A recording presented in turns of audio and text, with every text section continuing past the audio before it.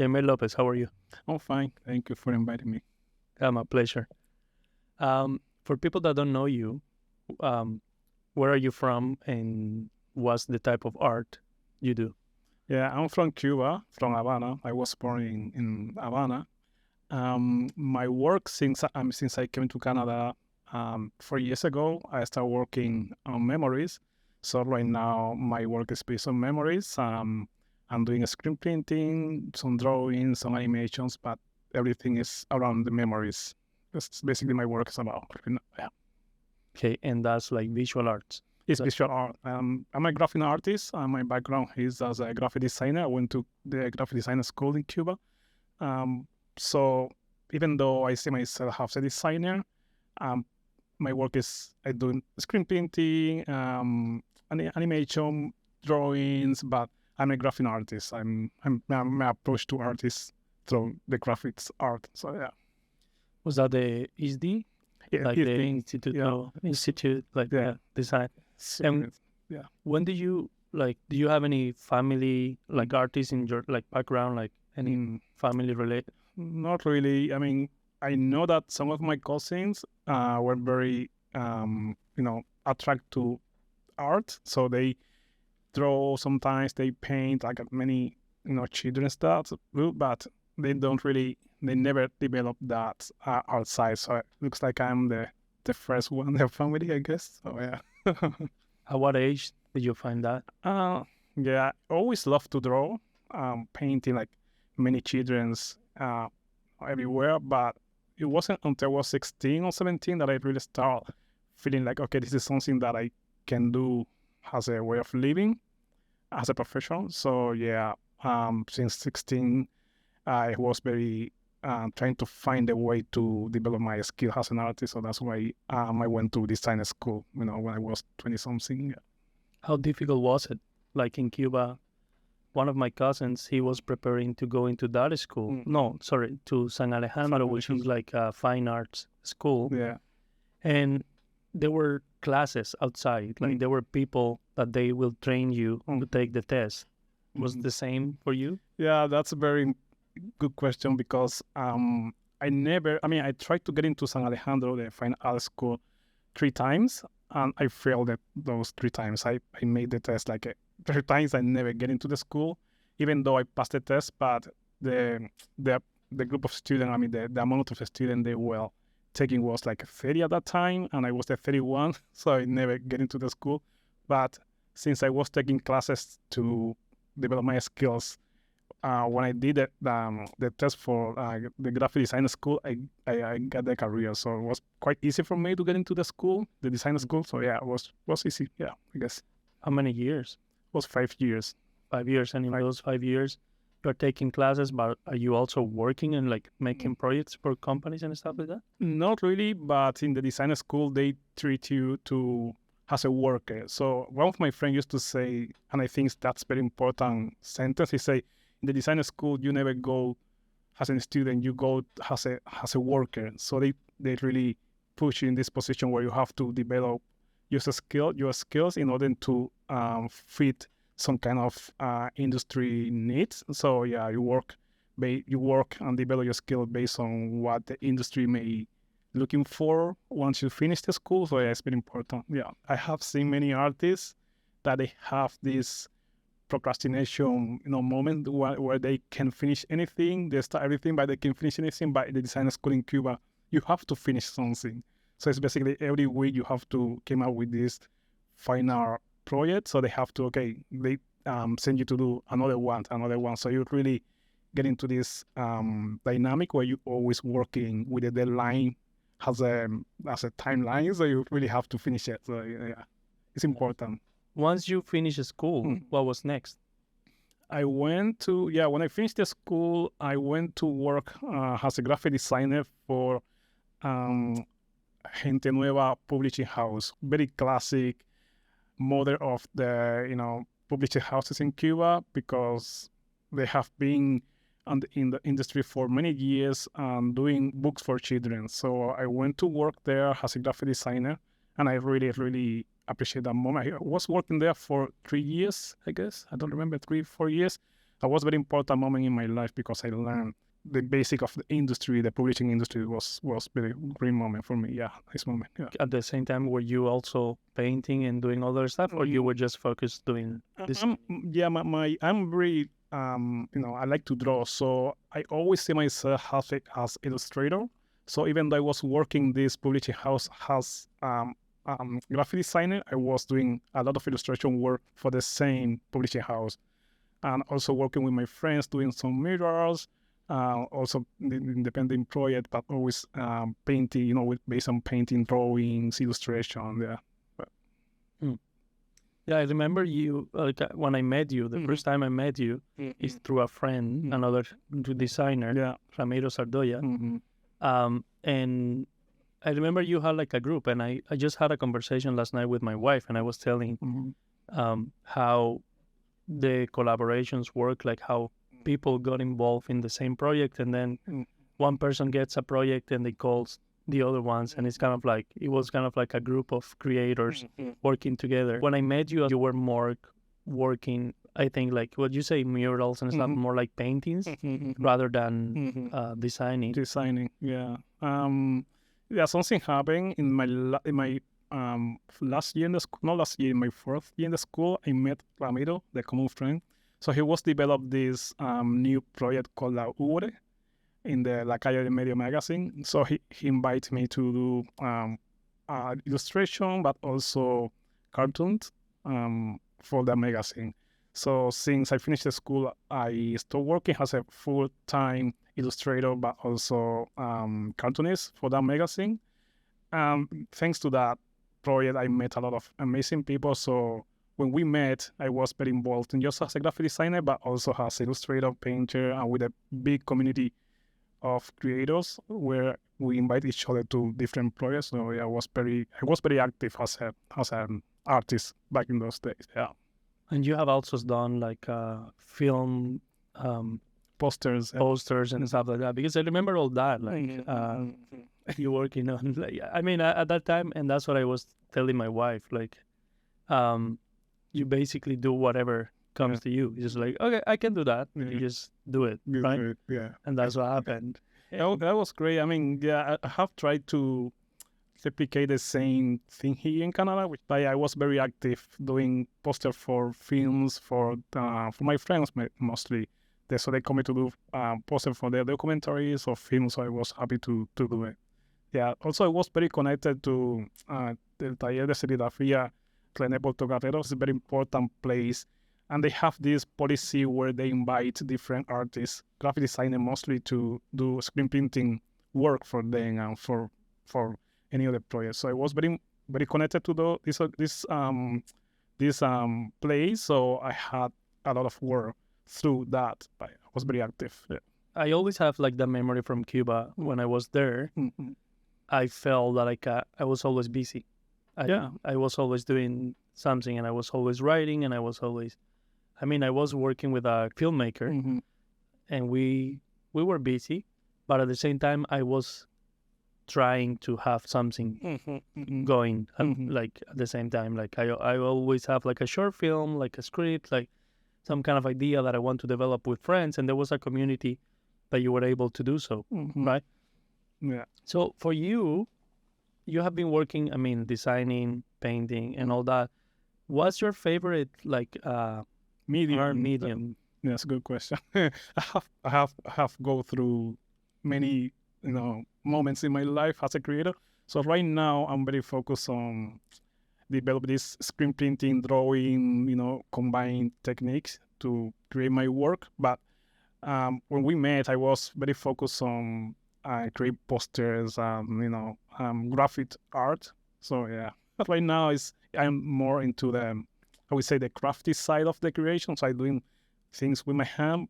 When back in those days, I used to have a computer in order to create the design. So after that, I took the design and put it in the screen printing. But right now, I'm more into the handy. I would say I won't say crafty, but maybe hand way of doing things, right? More my hand, yeah. So yeah. Instead of like doing digital stuff. Yeah. When I came to Canada, I reached this moment where I was done with computer, maybe because a lot of time, the amount of time I was spending my phone maybe in the computer was too much. So I felt like I need to switch to more crafty or more less computer-based work. I don't know. So I started working with my hands. So, And that keeps you. Oh yeah. Good sound. That really helped me. I don't know what happened. I felt for the first time that how the overexposure to computer or to screen affect you mental health. I don't know. It really affected me. I couldn't sleep very well. I was quite tense. I realized that was because of the time I was spending in the computer with the screen. So, It's funny that you said that because that time in Cuba before I came to Canada, I didn't have a computer. I didn't have I had a cell phone, but it was like just to make phone calls. Yeah. And I was more creative. And then when I came to Canada, I was exposed to YouTube, Facebook, Instagram, and all these expression happening. Yeah. And you are supposed to be more connected. But at the same time, I wasn't writing. And I got to a point where I felt like, what happened? Yeah.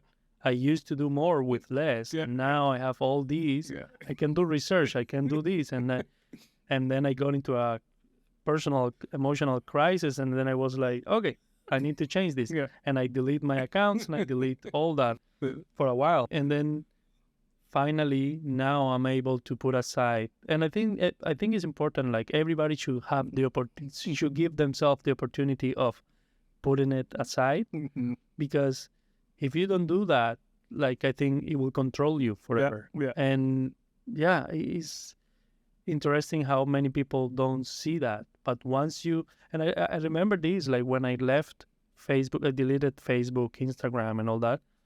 The first day after, I was like, you have that need. But then the second day was like, I guess I don't need this. Yeah. And then it was just like, it's like you never had it. Yeah. It's so crazy, like, because in the moment you feel like, but I need it, like, to connect, to talk with my mom, and, and you start making excuses. And then I just found out, like, it was like, I guess I don't need it. Yeah. And I left, like, I mean, now because of the podcast I have, I opened a new Instagram account for the podcast. I'm not posting any photos of me or selfies or anything like that. But now it's just like, it's about the podcast. I use Instagram a lot. I have my profile, my professional profile. I use it. I believe in social media as an artist in order to advertise yourself. I believe in that. But we have to make sure that we still, value the real life, right? The real things is on the phone is just there. This what we're doing right now is talk to other people and be human. Use the technology, but don't let the technology, use you. You know what I mean? Yeah.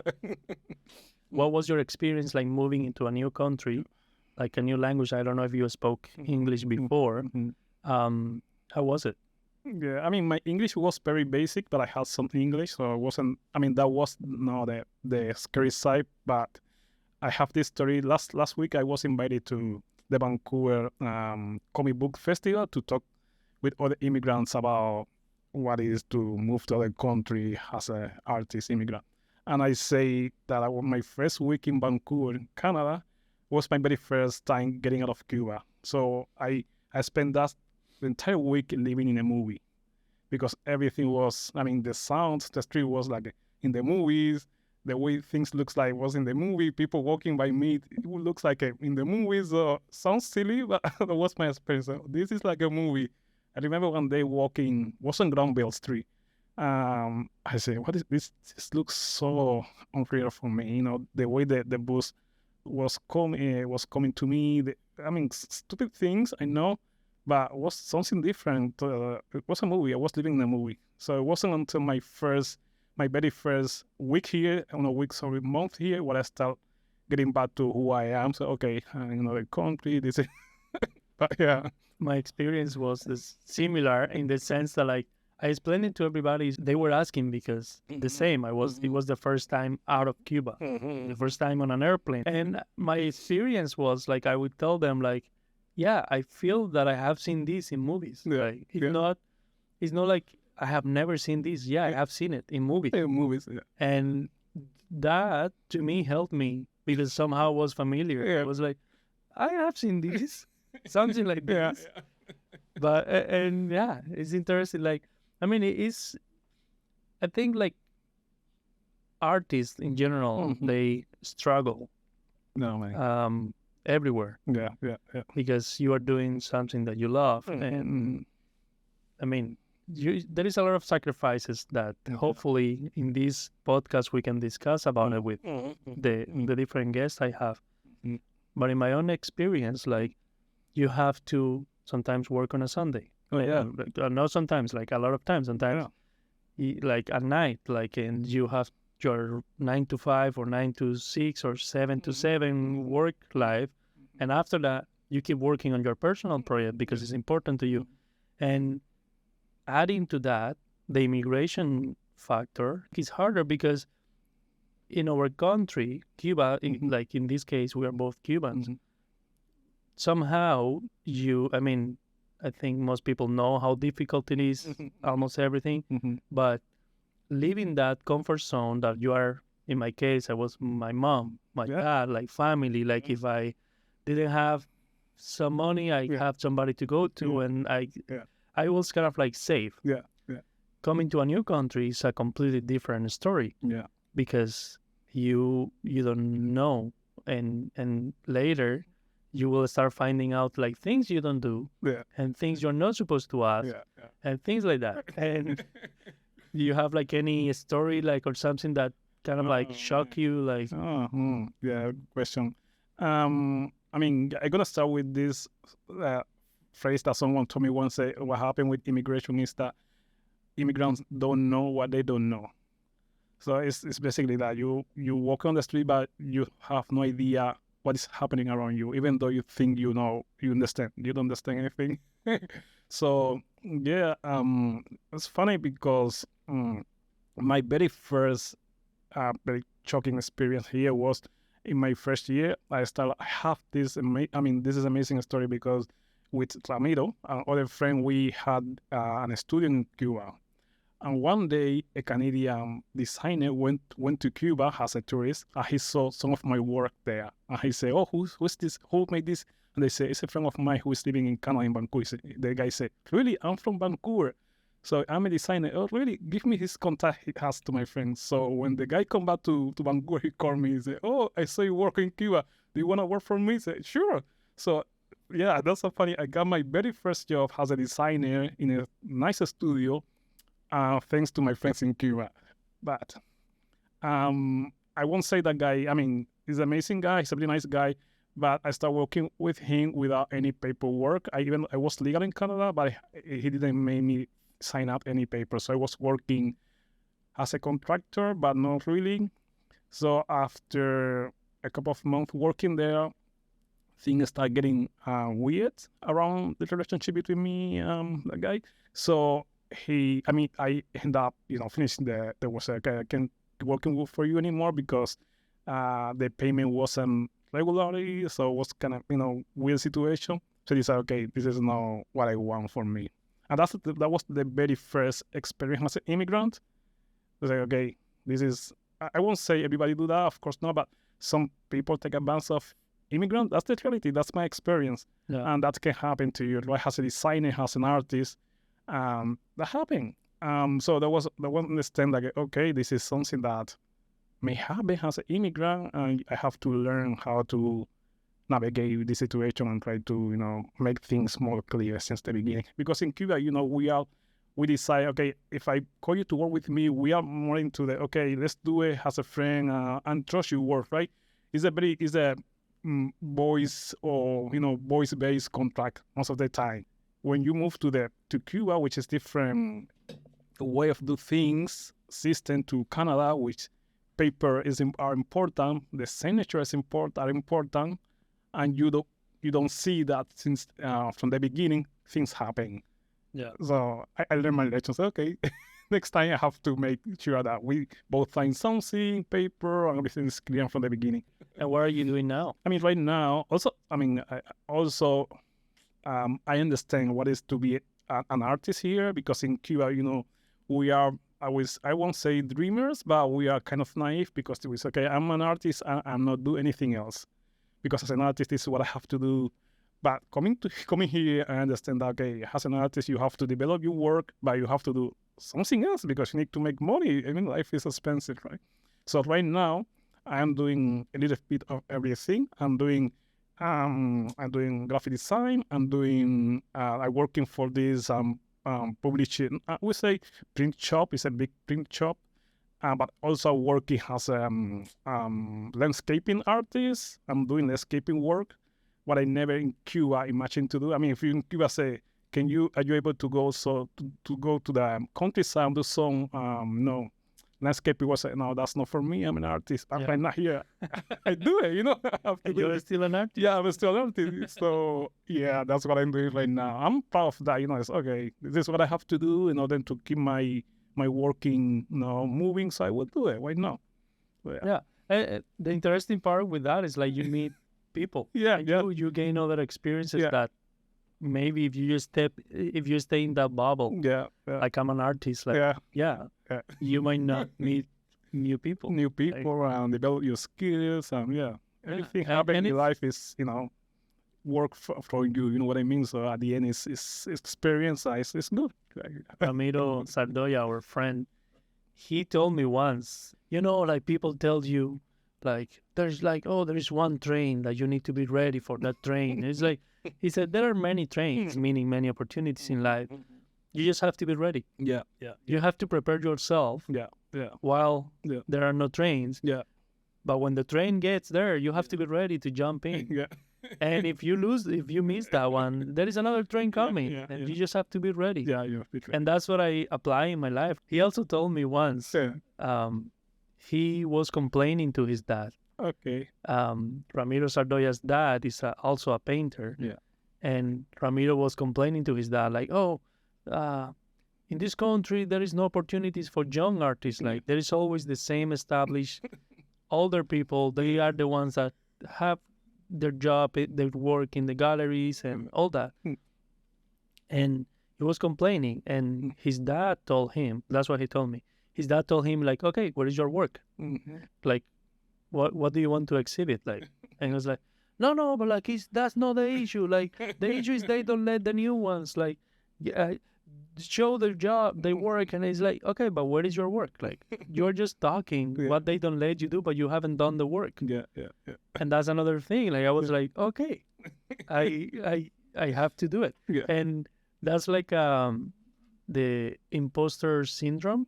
I don't know if you're familiar with that term. At some point when I came to Canada, I started telling people, oh yeah, I'm a writer, I'm a director. And then one day I was like, what? Like, I honestly had that conversation with myself. It's like, why do you call yourself a writer? If you're not writing every day, you don't write. You wrote some pieces like 6 years ago, but you're not a writer. And director the same. Like, why you keep saying like, oh, because to me, I guess it was like an ego thing. I was like, oh yeah, the same thing. I'm an artist. I'm like, no, you have to do the work. You have to do the work, and then that happened. Like, people will see you as an artist, or like your work will speak by itself. Now here you can probably have your own company and you can do your own thing.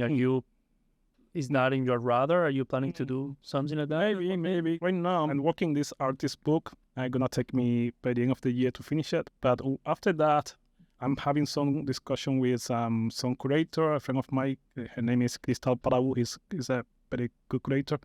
Maybe to develop this kind of event based on memories, which is my work based on. So let's see what happens. We are talking. Let's see to see what came up out of those discussions. So yeah, let's see. And so memories, you mentioned at the beginning, and now you mention it again. Like, what is it exactly? So memories is the name of the project. And no. The name of the project. I mean, we don't have it really. I mean, we don't still have a name for the project, but it's gonna call maybe with where your memories. So it's gonna be people gonna be wearing their memories. So this is a very tough idea. I think people gonna give me some memories, either photos or some talk about something that happened, and I'm gonna create a specific piece for them. So they're gonna give it them back, and I'm gonna wear as a teacher, as a tote bag, different mediums. So yeah, that's gonna be. But my work is based on memories, because I don't know if I mentioned it, but one day I found a shoebox full of photos of my wife in Africa, because my wife was living in Africa for a few months, maybe almost a year in Benin. So she took a lot of photos of her life in Africa. And I understand and realize the way she is today, the way she thinks, the way she sees life is very connected to the experience she has in Africa. So I understand, okay, memories are very important. I understand now as a Cuban, as an immigrant, how important memories are in order to, make it the way we are right now. We are basically what we lived before, So yeah, I understand why I start working on memories as a medium to,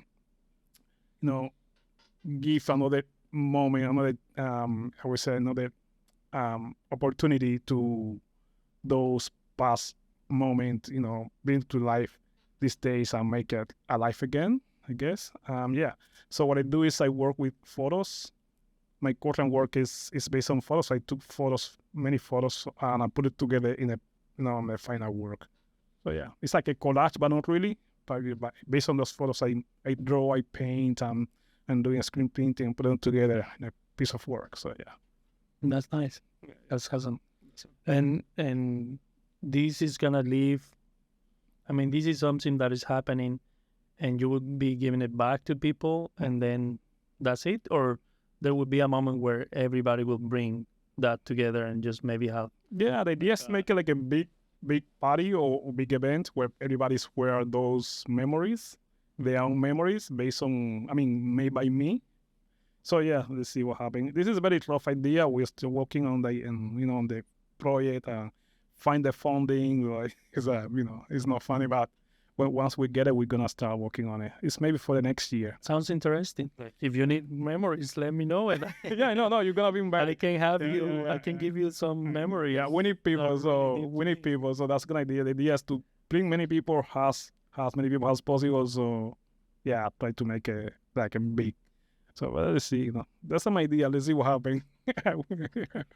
And another thing happened to you that I find quite amazing is I went with my wife to the Vancouver Art Gallery one day, and I don't know if I already knew, because again at that time I didn't use social media. Yeah. And we go into a room, and it has all your paintings, not all your paintings, but it has your paintings on it, and I was like, oh, that's Yaimel, and I see the next one, and oh yeah, and then I find out that it's just the whole thing was covered with your paints. How did that happen? What was it for people that don't know about it? Social media, see. Yeah, I met this curator. His name is Fanuel Onti. So I met this guy in a wedding. Some of my friends was getting married, so I went there. I was in the party. We were talking about whatever. I said, oh, you're an artist? Oh, yeah, I'm an artist. Oh, let me see your work. I gave him my card. So he started following me on Instagram because I was posting the work what I was doing at that time on Instagram. So one day he said, oh, you know what? The Vancouver is making this, or is preparing this big event, which is called Vancouver Special. I think they do it every 3 years when they invite different artists from BC to show their work in the Vancouver Gallery. So he said, oh, I want to put your work in the Vancouver Gallery. I said, okay, sure. But he never take it seriously. And I said, okay, whatever. Let's see what happens. And one day he said, can I come over to see your work? I said, sure. A few months after, I was exhibiting in Vancouver Gallery. He said, oh, okay, this is real now. Yeah. What's interesting was was unique for me. What I'm doing here. It's funny. That's the Vancouver Art Gallery. Yeah, that's yeah. That's the biggest and the most important. Yeah, and many people, I guess thousands of people watch. Yeah, I know. So your art. Yeah, that was very important in my career because that opened many doors. Yeah, some people bought my work. I have other opportunities to keep showing my work. That's a very important step in artist career when you show your work in a place like the Vancouver Gallery. Is okay, this is someone who will take his career seriously. So it's different. Yeah. Yeah, I guess it makes it legit. Okay, he's an artist. Yeah, exactly. Yeah. Because some people play with. I mean, everybody's playing with art at some point, but not many. I mean, just a few people keep working on it, right? Because it's tough. It's hard to be an artist. So sometimes people get, life is busy. It's complicated. So, but when you keep working on your work, you show work in places like Vancouver Gallery. Okay, this is a real artist. People take it seriously. So yeah, I see it. My wife is a visual artist, and I do films and stuff like that. And like there are like different kind of like struggles, but like what we were talking earlier is hard. It is because it's not like it's not like people are coming. Okay, you know what? I'm gonna sponsor you for the next year so you can do your art and you can focus on your art. No, you have to do it. You feel like you have to do it. And keep working. And like in a lot of cases, people are not recognized. They are not. They could be working consistently with all the love of the world, and then they might go. I mean, in terms of exhibition or in terms of recognition, they might not be recognized or seen at all. Yes, that's one of those very sad side of the art world. With that, it's like you can work all the time all your life, and maybe you don't have any recognition, or you won't be able to, make some decent money so you can live out of your work. So it's very hard. It's very hard. You have to be, I won't say entrepreneur, but you have to have this mentality of you have to make it.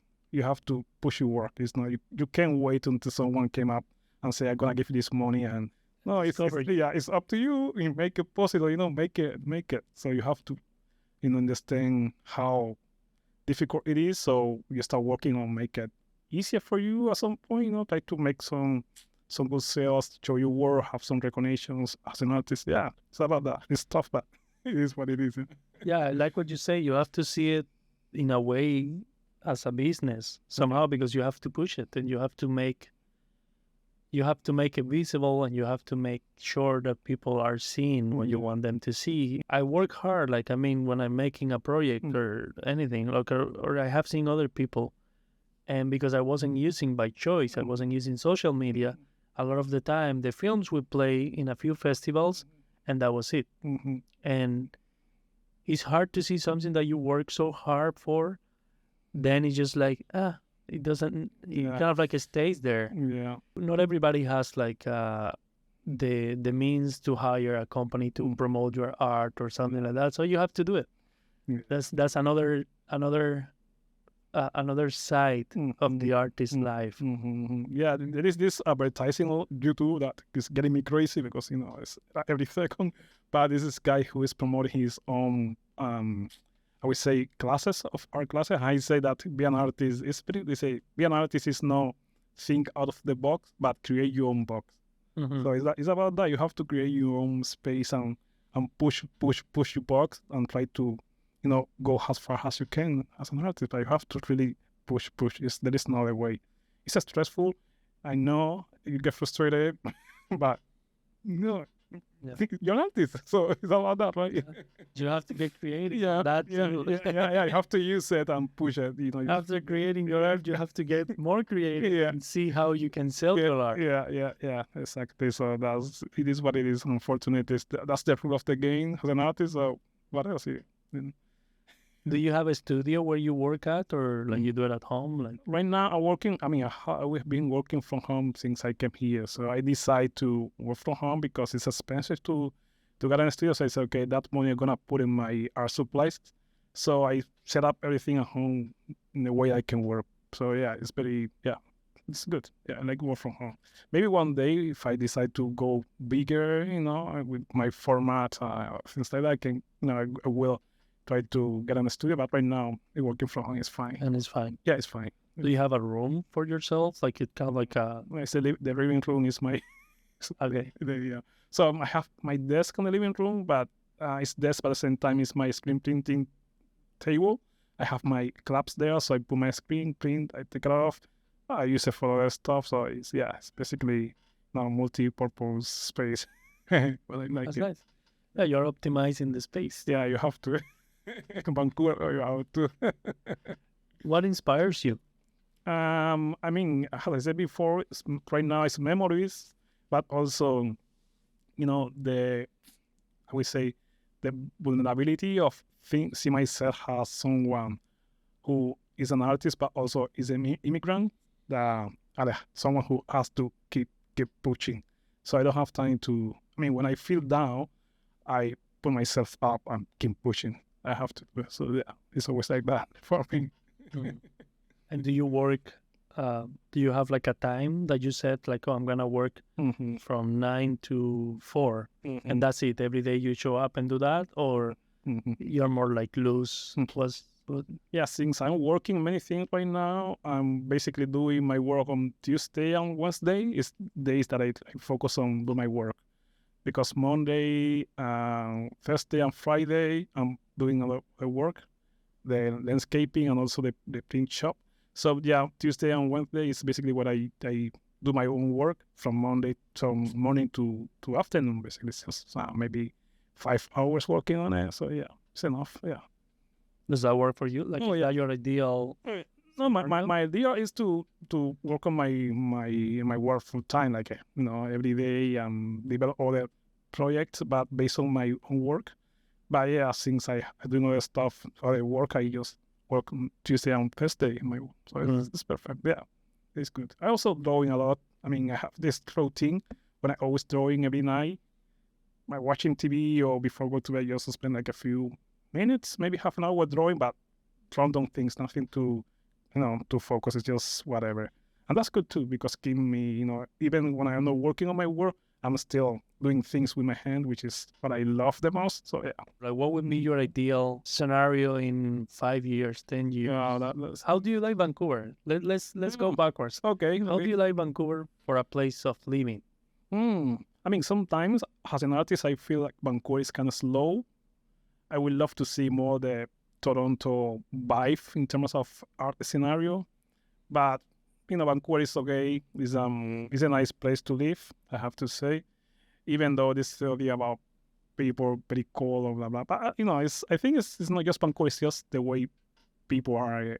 This modern society we're living is people are fast anyway. But it's okay. It's fine place to stay. I believe, big community around me, friends. That's great. So it's good for me. My ideal scenario is I am very, I would say, I am not very, demanding. So I'm living in a nice place. I may have an apartment, pay rent like everybody else, but that's okay. I have my partner. I say the community have a lot of challenge in my career, in my life, my family in Cuba, so that's things keep me alive. So I enjoy it and I embrace it as who I am. That's it. I don't know what's going to happen in the next 5 years, but I'm living the best I can right now. So, yeah. Do you see yourself like in 20, 30 years living in Vancouver as an artist or living in Cuba as an artist? I don't know. Honestly, I don't know. You don't think about that? I think about that, but I'm not focused on that. I have too many things to think about it. Not thinking what's going to happen in 20 years is too much. So I said, okay, I don't know. I'm feeling and I think what is going to happen in the next year. I try to figure it out. I like Vancouver, and me and my wife have talked like for the same reasons you explained about Toronto. In Montreal, we love Montreal. Yeah. It's so rich culturally. Like you see art everywhere. Like you see, it's not like here. Yeah. But I think it would be nice. I mean, somebody did that, right? So, what do you think about making Vancouver a more artistic that would be city? beautiful for the city. That would be amazing for the city. I think Vancouver needs that kind of new, I won't say new, but more visual art environment, I would say. I don't know. So they have to really, I don't know how they're going to do it. But yeah, I don't know. But it would be awesome for Vancouver. It's something that I think the city needs to really see more, because it's not that we are not talking about there is no art in Vancouver. There are art in Vancouver, but for some reason it looks like flat. I don't know. It's a very good question. And I have this friend of mine, she's this curator that I'm working with, she's from Toronto, and she's always complaining about the way Vancouver sometimes is, in terms of, okay, what is the vibe here? I don't know. Maybe it's the way people go to bed. Because you see Vancouver at 10 p.m. is like a dead city, right? Maybe that helped. Maybe that is influenced the way the cultural environment, looks like. I don't know. I have not the answer. But No, but it's interesting. Like, what does she think is the answer to that? Because she has been. I mean, she's from Toronto, and she knows the difference. Have she ever told you why she thinks? I think she never had told me what she think about why is the way it is, but my theory is maybe because of the way. I mean, Vancouver is very connected or linked to nature, and that makes people less city, I would say, mindset. I don't know. So Toronto is a big city, Montreal too. So you have this like a intense, faster city environment, which also is good for art because you have galleries, you have festivals, you have, music. It's more like everywhere, which Vancouver is more like, okay, let's work and the weekend let's go to the mountain or walk in the forest. It's a different mindset.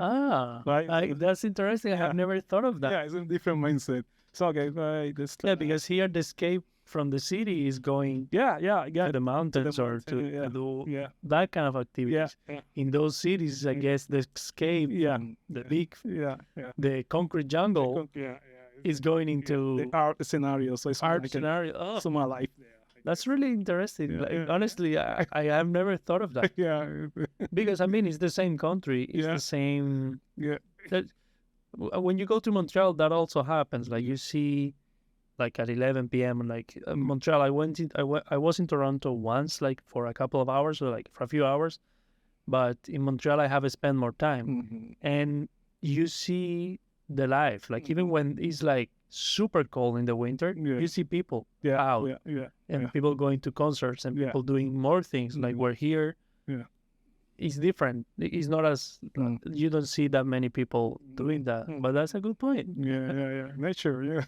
I never thought of that. Like that's because the art is actually like an escape to. You want to see something that shows you something different. You don't want to see a photo of yourself. Like there, you want to see. Oh, that's interesting. Like some other worlds.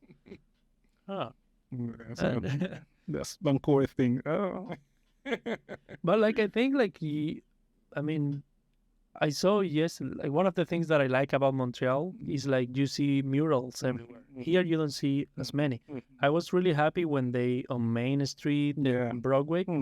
I don't know if that was part of the mural festival or something. I guess so. That you start seeing more art in the buildings.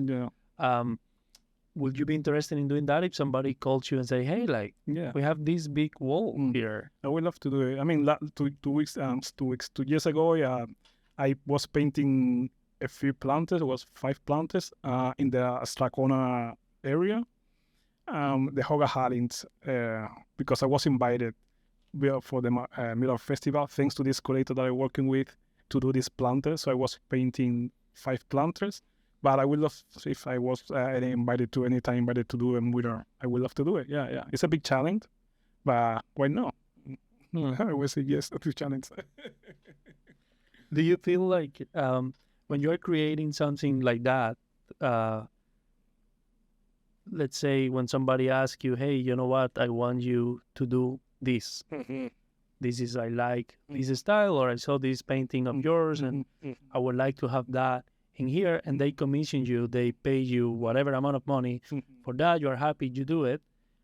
Is there any different in the way you approach to that project when there is something like is your own painting or your own design? Are there difference in your, like, when you are approaching those projects? I mean, maybe because I am designer, I used to, deal with clients. So for me, it's like, okay, I like to always talk to clients and try to, be both in the same page.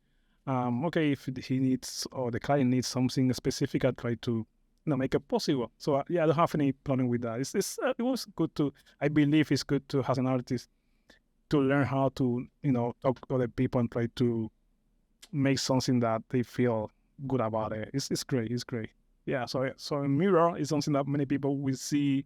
Is usually in a world where belong to an organization or someone. So yeah, I mean, it's a good conversation piece, I would say. So you have to try to make it possible in the best way for each part. So each side, me and the employer. So yeah, for you. So yeah, I don't mind. I'm very flexible with that. Yeah. But when you're doing your own projects, like, do you? I mean, in terms, I'm wondering about like a schedule, for example. Okay. Like, when you are working for somebody that is paying you, do you plan? Okay, I need to spend this many hours to do this part, and then because you have like a deadline, probably. Yeah. But when you're doing your own project, like nobody's paying you for it, do you also plan that way? Kind of.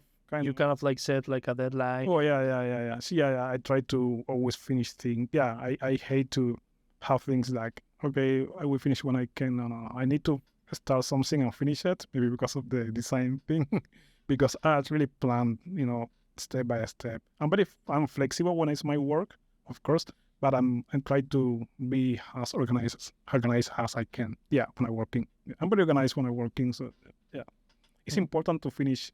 I mean, in order to finish something, you have to be organized. Otherwise, you never finish it. It's like, okay. I think it was Picasso who said, "You never finish a painting, you abandon them." Yeah, you come back later. Yeah. Glad that you say that. Yeah. Do you feel that way when you finish something? Like you just, okay, I have to stop now, or you can always come back and... Sometimes, but I do it in a specific timing. It's not like we come back, a year after. I can do that. When I finish something, I don't feel 100% happy when it's happening. I just leave it there, and I know I will come back maybe next week or maybe in a couple of hours. I'm gonna finish it or put something different. But once it's finished, it's done. Yeah, for me, it's like, okay, I don't really feel too tied to my work in terms of, okay, I finished this, I have to come back to watch it again, look at it again. No, it's done. I put it away and start working on something new. For me, like, okay, this is done. Let's move. Yeah, I can move forward. Yeah, I don't like that. Is there any advice you will give to somebody? Yeah, I mean, starting now. I will say, people, give me advices. But I mean, any advice for young artists that is that, again, don't give up. Use social media in the best way, in a healthy way. Connect to other people. Yeah, connect with people and be open. Be open. It's important. And don't give up. Don't give up. That's our message to a new. And how about like for a new person coming to the country with no idea? Let's say not only a young artist, but like or young or like it doesn't matter the age. It's like somebody that is like want to pursue art, continue pursuing art in a new environment as an immigrant. I will say it's the same. I won't divide be an artist of being immigrant. I will say in general, be comfortable, always getting out of your comfort zone. Always. Even though you don't speak the language, go to places and talk to people. Even if you feel like your work doesn't necessarily be in a specific work on exhibition, apply for exhibition. Always be comfortable, be out of your comfort zone. That's the best advice because that's always gonna help you. I mean, my very first connected with the Vancouver, I would say, environment was thanks to the Vancouver Latin American Cultural Center. They were having like a party or something like that, very, very simple. And I wanted to. I didn't want to go. I don't want to go there. And my wife pushing me. You have to go. Let's go. When I went there, I met amazing people. I started working with them in some very small project, but it was very nice to meet people in a place where I wasn't feeling comfortable at the beginning because I was in Canada. You have to always push. Don't give up, push, and always get out of your comfort zone. That's always helped. Yeah, but that's the same with people that are shy. It's the same with social media. If you're shy and you want to make it, you have to work on that. Yeah, you have to work on that. You have to be able to like, I mean, this is inevitable. I keep telling about myself and telling stories about myself, and instead of letting the guests tell stories. But in Cuba, I remember once I was in a bus, with my girlfriend at the time, and she had a friend who was studying direction in Fanca, the school of like films. And we were sitting on one side, and he was the third person, so he wanted to sit close to us, and there was one woman sitting in front of us or something like that, and there was another empty seat on the other side of the bus. Like, I mean, it's rare. It's weird. It's rare, like finding like a bus with some empty seats. Anyways, in Cuba, but this was many years ago. And he talked to her, and he was really polite. He's like, oh, "Excuse me, like, do you mind sitting on that side? Just like we are here in the middle of a conversation, and we would like to continue with the conversation. So there's a free seat right there. Do you mind just moving to that seat so I can sit here?" And the woman was so like, "Yeah, sure, no problem. There's no issue with that." And she moved, and the guy kind of like told me later, he's like, "If you want to be because he knew I wanted to be a director. He told me, if you want to be a director, you need to talk to people. You need to ask." And she said, "No, it's fine. Like, and I will be standing when we can continue. Nothing. I mean, it doesn't matter. But you have to break that wall, and you have to be able to communicate what you want, because as a director, that's very important. You have to. You have to." So after that, I was like, you like those little lessons that people tell me, I keep note of that. Life, eh? And then, like, when I came to Canada, the same thing. Like, I didn't know any English when I came to Canada. And I had to talk to people. Luckily, because I came invited to the Latin American Film Festival, a lot of the people I met, they spoke Spanish or they wanted to learn Spanish, so it wasn't as difficult to start. But I talked to people, and I would be just like, and I engage in conversation. I listen, and I look at them, and like they learn from me, I learn from them. And like that, you start growing. And developing new skills. Like where before, I was just like, no, I'm a writer, I'm a director. I don't need to talk to anybody. It's like, no, stupid. Like, you need to, you have to.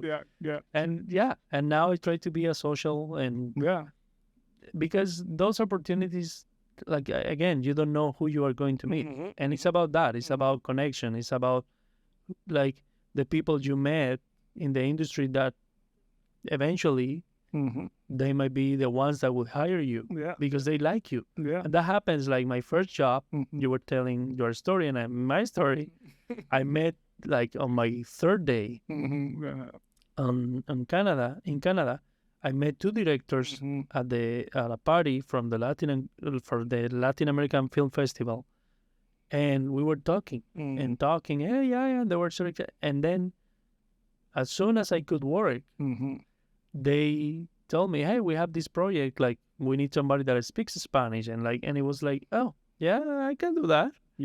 So, and that's how it came about. Like, that's how it happened. It's beautiful. Because we were just talking. People, I mean, we as humans, we always thinking everything, I believe. I think so. We always start thinking what other people may think about us, but nobody think about us. And, people are just very open and friendly by nature. So if you approach to other person in a very honest way, and okay, this is what I am, blah, blah, this is what I do, most of the people react in a very nice way and say, okay, let's work together, or maybe I don't have anything for you right now, but it's nice to meet you. It's very easy. So we make it hard as a human. I don't know why, but it's not that hard. It's so open and be friendly. It always work. And that's the thing. Like, you have to be. I mean, I guess the more you practice, the better we be. And you just are relaxed. Like, you have to talk to people. Yaimel, you have to talk to people. No, talk to people. Believe me, I'm not the most. I'm so very, very, very easygoing. But I'm not the guy who is walking around like, hi. But I'm very social with people. I'm very social with people. I talk to people. I know that. I can tell you. I learned being in Canada that you have to talk to people and be open and push. And you're also, I mean, as an artist or non-artist, you are the marketing agency of your own company, which is you. You are presenting yourself in front of somebody. So you have to do it. Like, nobody will know about you, that you exist, if you are not present, if you are not, there. So Yeah. And like anything else in life, the more you do it, the more comfortable you get to it. Yeah, yeah. And it's just like, Yeah. Yeah. That's very good point because I mean, I don't know in the film industry how it's work, but in the visual art industry, we have some people think that galleries or curators gonna make your career possible, which is not the case. You have to make it possible. So you work with those people, but you are the main, I would say, responsible people of making career a fact. So you have to make it. You have to make it. Talk to people, go out, don't be shy. If you're shy, get over it. Do it anyway, you know? yeah. Yeah, it's about that, man. How often do you go to art shows? Do you go to exhibitions like I don't go too much to art show, but I do go a lot to my friends, you know, events. So if they have a talk, I go. If they have a party with other artists, I go, yeah. But not too many shows. for somebody starting like in the art world, like somebody wants to be, let's say somebody saw your art at the art gallery and they get inspired and they say like, you know what, mom or dad or whatever, like this is what I want to do. Do you think it's important for them to see as much art as possible? Or you think they should go with their own instinct or go to school or not go to school? What was your thought about that? Yeah, I believe that when you go to school, it's important to, you know, get everything. You have to look everything is happening. You have to have allowed those influence get to your work. But at some points where you start developing your own work is about you, right? You have to, you know, measure the way you take those influence and try to understand what's happening inside you and put it out there. It's like taking from inside yourself and put it out there so people can see you through your work. It's okay to know what's happening around you, but take it easy with the influences. It's not that. You don't really need it because at the end, art is it's a conversation between the artist and the public. So you have to measure, I believe, you have to measure the you know, how other artists influence your work. I mean, because there is no way to avoid it. You would be influenced anytime, anywhere, even though if you don't want it. So you don't have to see too much work from other people. I mean, not in the way that I take from them, but just focus on your work, trying to develop your own, you know, personality in your body of work and show people. Yes, that's it. Yeah. Mm-hmm. And keep working and don't give. Oh yeah. It's about that. Keep working. Yeah. It's an inside journey, or it's a journey into your own soul as an artist. When you discover what is happening there, you put out there so people can see it. Yeah, I guess. Yeah. Okay. Anything else you would like to add? Do you want to talk about your social medias? Yeah, so my Instagram is Yaimel 1983. So yeah, it's you can see my process. I post my working process, so people can see how I do my work. So, yeah. That's on Instagram. That's on Instagram. Yeah. Okay. Yeah, I will put it on the video, and yeah, if you're listening, just Yaimel. What is it? 1983. Yaimel, easy. And Yaimel with the Y. Yeah, with a Y. Y-A. Yeah, the Cuban way. Y-M-E-L. M-E-L. Yeah, people say, oh, I just spell your name. It's a Cuban way. Yaimel. Very nice. Well, thank you. Thank I hope to have you here soon with another project. I want to listen. I want to like know more about memories. Whenever that's happening, if you want, like you can tell me and we can just mention it here. Yeah. And I would like to give you some memories. That's like, cool. I mean, this is a good memory we are creating. Oh yeah, for right sure. now. Yeah, for sure, See? for sure. Yeah.